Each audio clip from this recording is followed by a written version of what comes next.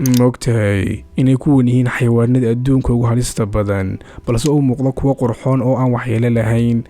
kow leopard seal kuwa noolabadeed ku nool oo laga helo biyaha barafka wuxuuna u muuqdaa mid degan oo aan waxyeello lahayn laakiin markuu afkiisa furo wuxuu noqdaa mid cabsi leh oo khatar wata.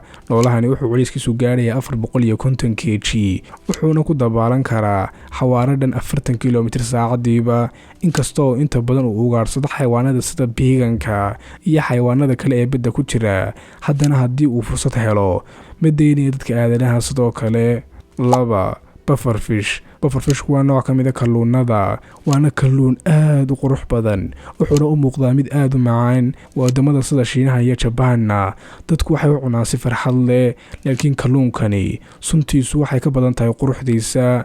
waxaa jirkiisa ku jirta sun aad u halis badan oo si fudud ku dili karta wax ka badan 10 qof. wuxuuna leeyahay dhaqan ah in haddii uu dareemo khatar uu isbuufiyo si uu u cabsi geliyo cadowgiisa una sii daayo suntu haysto. taas awgeed wadamada sida Shiinaha iyo Jabaan waxaa loo baahan yahay inuu kariyo kaliya sheef khibrad badan u leh oo qaatay tababaro khaas ah si uu u sameeyo kalluunkan halista badan. haddaba daawade adiga su'aal haddii aan ku weydiiyo midkii ayaa xoog kaaga yaabiyey qaybta commentiga hoose iyo sheeg. ha iloobin inaad follow noo saarto YouTube iyo Facebook profile ka saaradna aad subscribe dhaado.